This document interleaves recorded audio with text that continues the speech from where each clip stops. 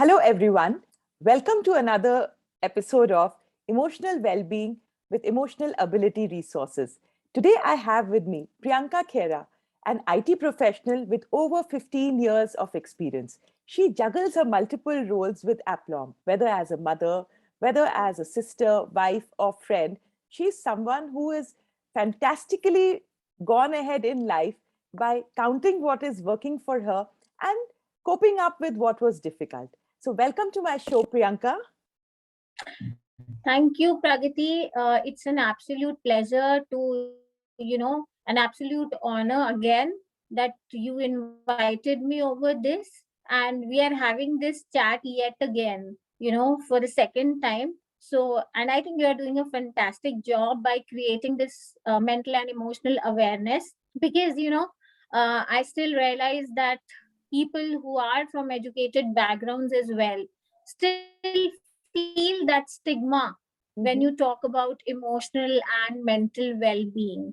So that's why I say I am happy. It's an absolute pleasure for me, that you gave me this opportunity to speak over it. Thank you so much. So, tell me something, Priyanka. Tell me about your journey from young childhood to where you are today. Okay, so going back, you'll make me feel nostalgic. I come from a background, where both my parents were working. My parents were bankers. As of now, they both are retired officials from banks. And because I am a third generation working professional as a woman, which is not very rare, which is a rare scenario, not very Absolutely. common, right? So that means that my grandmother was also working, my mom was working, and so am I working. So banking professionals keep getting transferred once in a while. So while I was very young, my parents had to move to Patna, whereas all my relatives were in Delhi or nearby places in Haryana or Punjab. Now, it was a nuclear setup. There was no one around, and my mom also never decided to quit. So, uh, in a nuclear setup, taking care of the kids is a difficult thing to do. Over a couple of years, my mom hired a lady who was nanny and who used to take care of me and my brother. But I just remembered, I was just 7 years of age when my parents trained me to stay alone. I'll not say alone, but to stay together with my brother, who was 3 years younger to me. So just imagine a 7-year-old girl and a 5-year or a 6-year, 4 or 5-year-old boy coming home from the school, taking keys from their neighbors, opening the door, getting into the house. And I'm talking about this about something in 1990s, uh, when there was no phones, there were no mobile phones. In fact, there was no landline phones as well. In fact, I remembered we did not had a landline phone. It was only my neighbors who had a landline phone. So the point that I'm trying to make here is that my parents made me independent, me and my brother independent from a very early young age. Obviously, when you are all alone, it's not that there'll never be situations that you'll have to deal in. All by yourself, but don't lose your mind. And if there is a problem, think what you can do next. What is the next step that you can take? And I was trained in such a Can Sorry. you hear me? Yes, I Okay. lost you for a second. Please So, go ahead. okay. So I was saying that things like my father would ask me, Priyanka, what will you do if you come back home one day doorbell, ring the bell of the neighbors, and you don't find your keys, or auntie is not there. What are you going to do in that situation? So Mhm. there was a plan B which was in my head. I knew if Mhm. my immediate neighbors are not in there, I'm supposed to go to another auntie, call my parents, and my probably father or mother, they are going to come back home in an hour or so. Then things, Mhm. simple things like you don't have to talk to strangers, you don't have to use lights you at your home in such a situation, you don't have to tell the whole world that your parents are not at home. Simple things like this.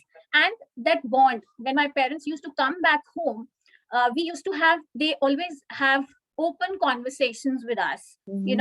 like, how was your day, what happened, did someone tell you, question you something, what did auntie ask you, what did uncle ask you, what did you answer them? If I was wrong, they would tell me that no, you should not be saying this, you are not doing correct. And at the back of mind, they created this strong trust on me that I would always know that even if I'm doing something wrong, they are there at back of me. Even if I fall down, they are there to hold me. That creates a very strong emotional and mental, basically you yourself, the individual who gets created as a child, is nurtured to have a very strong emotional and mental well-being. I think, which is required not only, and I think the same thing I apply to my kids. I try to have open conversation with my kids. Even if Mhm. my son would, sometimes lie to me, I would encourage him, to tell me the truth. I would Mhm. often tell him, go and say whatever you want to say the world. But when you come home, you have to be truthful to your parents, at least the two of us, Mhm. me and my husband. You can't be lying to us. And I would tell him that, maybe I would scold you first for the thing that you have done wrong. But at the end of the day, I'm going to tell you what is right for you. Mhm. So I think that that trust and that very initial upbringing, uh, Mhm. that created that bond with my parents, that made me very strong, an Mhm. emotional strong human being. Mhm. I think that was really very lovely.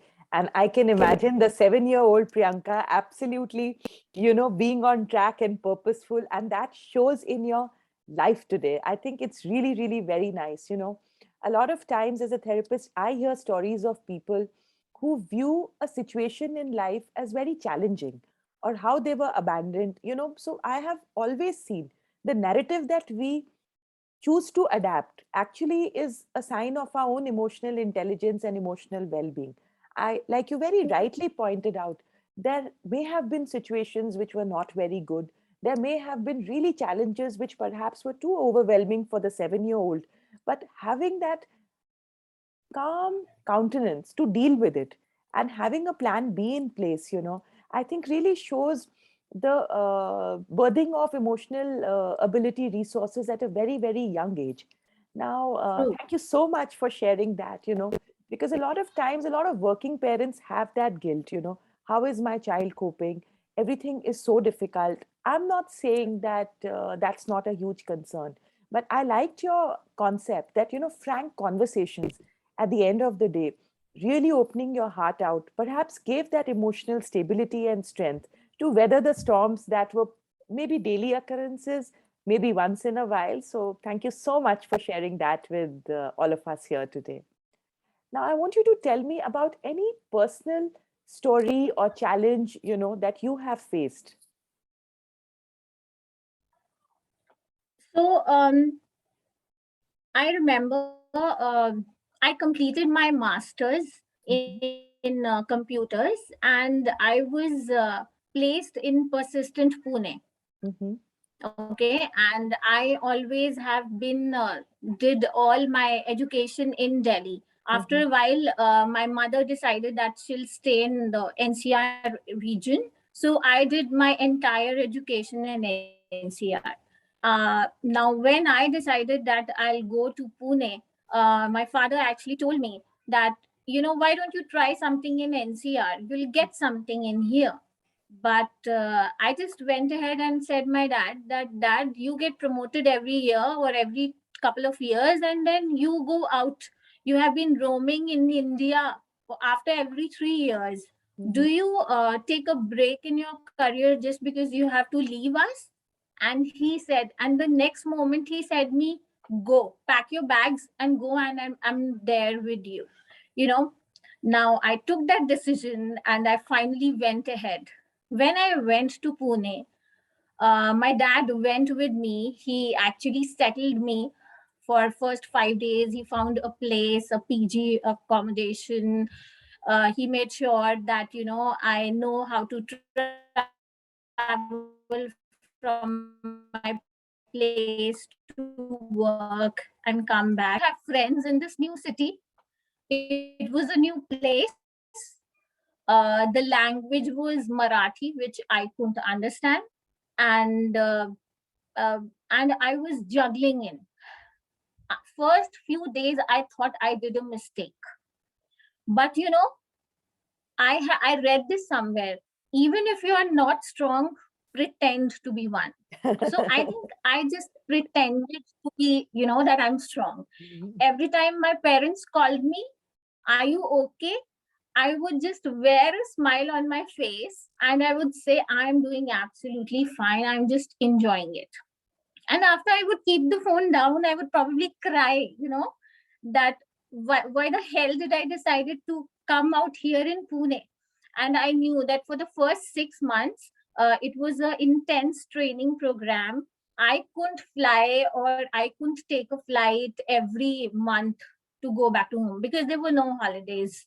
There were just one holiday each month, and you have to keep few in reserve. And those, in every private organization, first 6 months is your probation period. They Mhm. evaluate you thoroughly. Now, and the office politics also started happening. It was new. I didn't know how to handle it. So those first couple of months were really problematic. And every day I felt bad. I used to tell myself, all is well, all is well. And trust me, it works. I used to tell myself, all is well, everything will be fine, you'll figure it out something. It's a new day every day. So I would try to surround myself with positive people. After a couple of weeks, and I would say couple of months, I made a friends. I think those friends are for life now. Even now, if those friends come to me in Delhi, they meet me for sure. The managers with whom I worked in Pune, I'm still in touch with them. And that moment of time was terrible. But now, when I look back at it, I think Pune, those 3 years that I spent in Pune, that was the most wonderful time of my life. I miss them now. But I remember the kickstart period was really tough. Now, to add to it, what happened after 6 months was that, internally in my team, there was this one person who somehow did not like me, and Mhm. he did not give very positive feedback of Mhm. my after those 6 months. There was a feedback that has to be taken up from the mentors and the other people, and that did not turn out to be positive. So all my friends who joined in, most of them got their offer letters in hand, and I was told that your feedback is not positive. Mhm. That was another blow for me. And again, I felt that now once I feel settled, I'll have to go back to Delhi. So Mhm. again, I spoke to my parents, and my mom and my dad told me, do your best what you can. Okay, don't repent it later that there was something that you could have done and you didn't do. So put in your best, but even if you fail, doesn't matter. You'll come back, and I'm sure you'll find out something here in Delhi. Mhm. So take it positively. I remember I spoke to my HR. I actually communicated very openly what the situation was. I told him about this person, that he is, doing that favoritism thing, and there is something wrong. My HR somehow got convinced. And she said me, actually, I'll give you one more month. You do the entire project that you have done in last 4 or 5 months, and we'll evaluate you once again after a month. Mm-hmm. That 1 month, I worked like dogs, Pragati. I mean, trust me, I used to reach office by sometimes 8:30 in the morning, and by 10, when my mom used to call me, I was still in the office. Wow. And then she would be worrying, okay? She was worried, and she would tell me, once you reach home, please give me a call back that you have reached safely. So as parents, they were worried, but I would just tell them, Pune is a very safe place for Mm-hmm. women, so don't get bogged down, okay? I'll be fine. I'm glad to tell you that after a month, my feedback was absolutely positive, and persistent retained me. I got my offer letter. So the point is, uh, my funda is that, if there is a problem and you think there is something that you can do about it, do Mm-hmm. it. Don't think twice. But later you should not be thinking, oh, I wish I could have tried that. Mm-hmm. Do your best. And if there is something that is not in your hands, then Mm-hmm. just leave it to God. Probably Mm-hmm. something, whatever is happening, is for, has its own reasons. The universe has its own reasons. Mm-hmm. So I think that time also, my friends, I have a couple of friends and my family who have always supported me, and I'm blessed to have them in my lives. So that, again, that assurance from them, that do your best and just forget rest of it. So I, put in my heart and soul in everything that I was doing. And I think that 1 month, actually, that I worked like crazy, I just learned to face most difficult and most stressful situations, because the entire team, everyone, the 60 of us who were placed in the organization, if those 50 people got their offer letters, they worked those 6 months, and I actually worked that just 1 month, where I have to prove myself. Mm-hmm. So I think that gave me a lesson for life. And I think the earlier you face that failure, it helps you in the future. So I think that's what makes me a successful IT professional with so much of stress, and also in office. Once I close my laptop, I'm absolute at peace. I just forget what happens in the office. I think that was so wonderful. What really comes across to me as I listen to you is your emotional ability resource of perseverance and also the character strength of courage. Come what may, you transcend whatever barriers come your way. A lot of people wait for the other person to get their perspective. And very rightly, like you pointed out, failure just motivated you to put in a little bit of extra hard work. Most of us, what happens is we blame the world, the people around us, when they don't support us. And I kind of like that.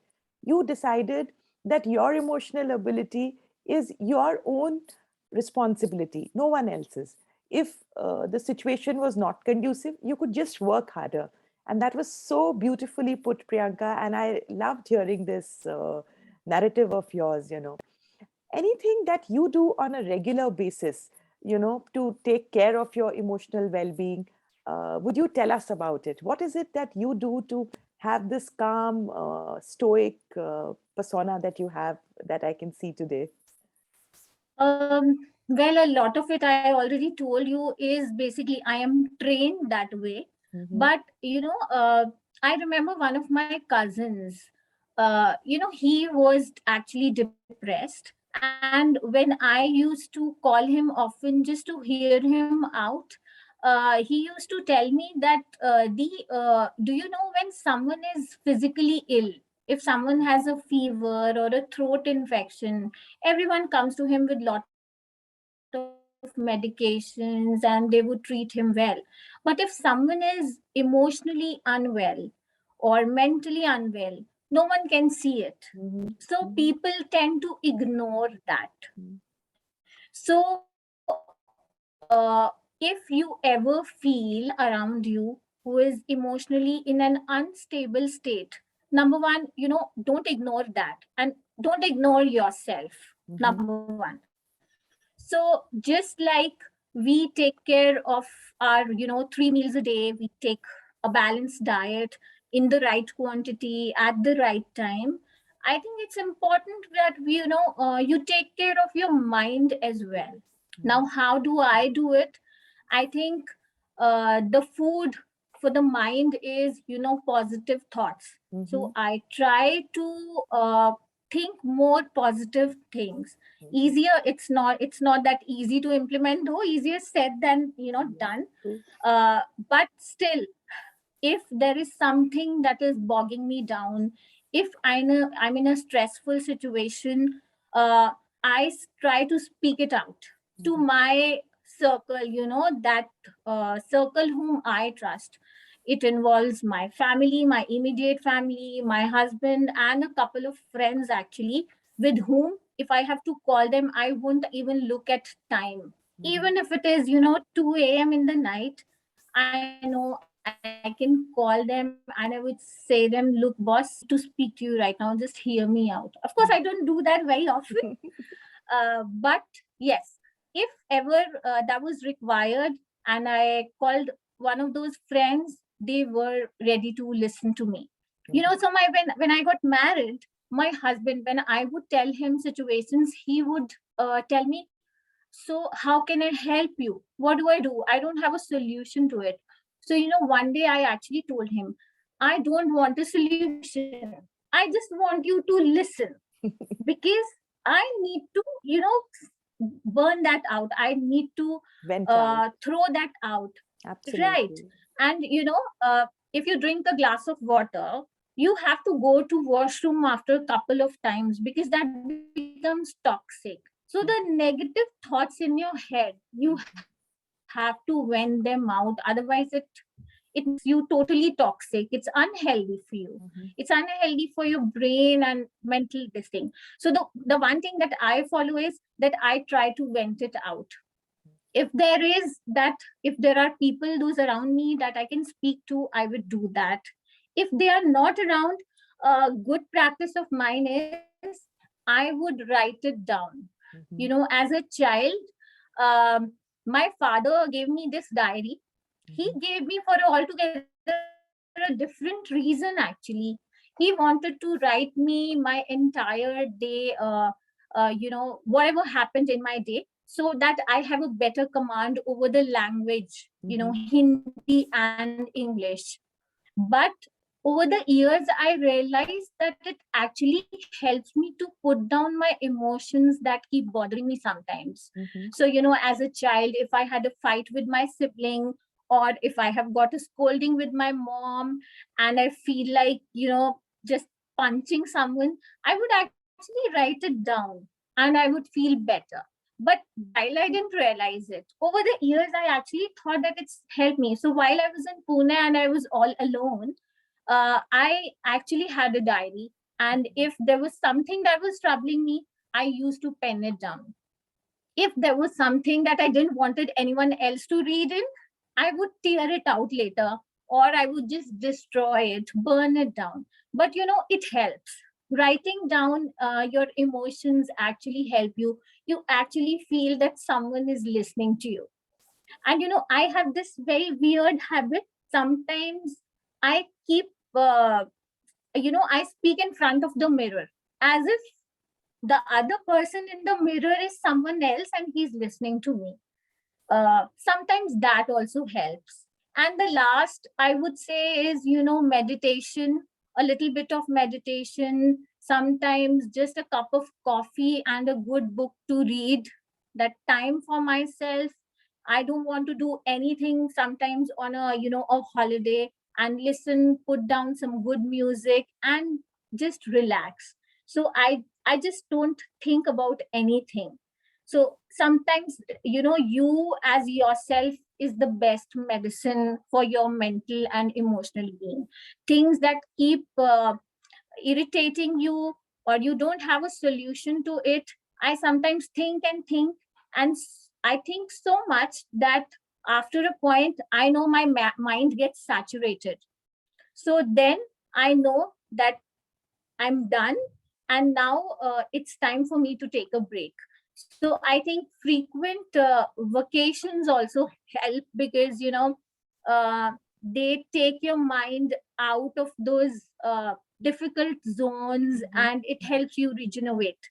So I think all of this, but I would still say that having that circle of friends and family, that is one of the most strong things I think that works in my case, and I'm totally blessed to have that.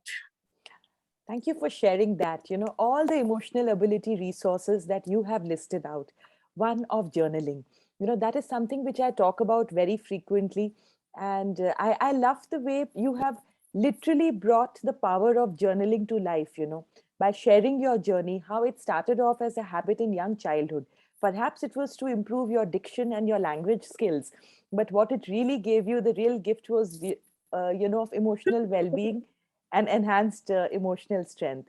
Secondly, what you said is weird, talking to the mirror. According to me, that's a beautiful adaptation of Gestalt psychology technique. We call it role playing and, empty chair technique, where you imagine another person sitting opposite you and whatever you want to speak your heart out, you do. So I think that was very well demonstrated by you, because the reason why this series came to my mind, a lot of times, these days there's a lot of talk of depression, anxiety, and how people are struggling to cope. And my endeavor through this podcast is to make people realize that, hey, you know how to take care of your mental health. Like sometimes, like we all use the computer.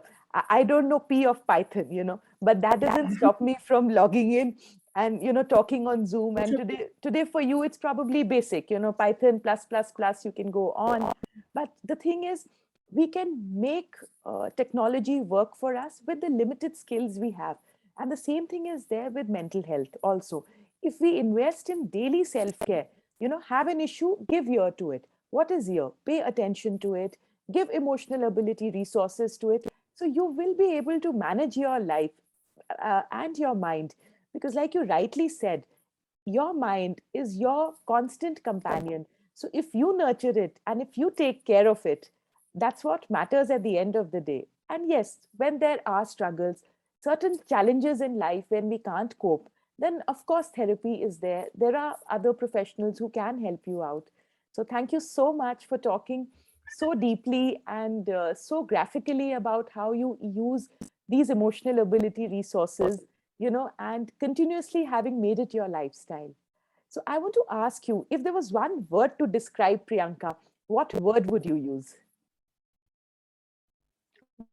One word is difficult, but I would say ordinary and extraordinary. You know, as in, I'm a very ordinary person, but I become extraordinary as and when I'm required to be one. Normally, people think, I'm a lean structured person, she doesn't has that power, she'll fall ill, because I'm pretty slim. And people would often tell me that, you'll not be able to walk that much as well. But when there's a competition, I think more than physical strength, it's the mental well-being that counts.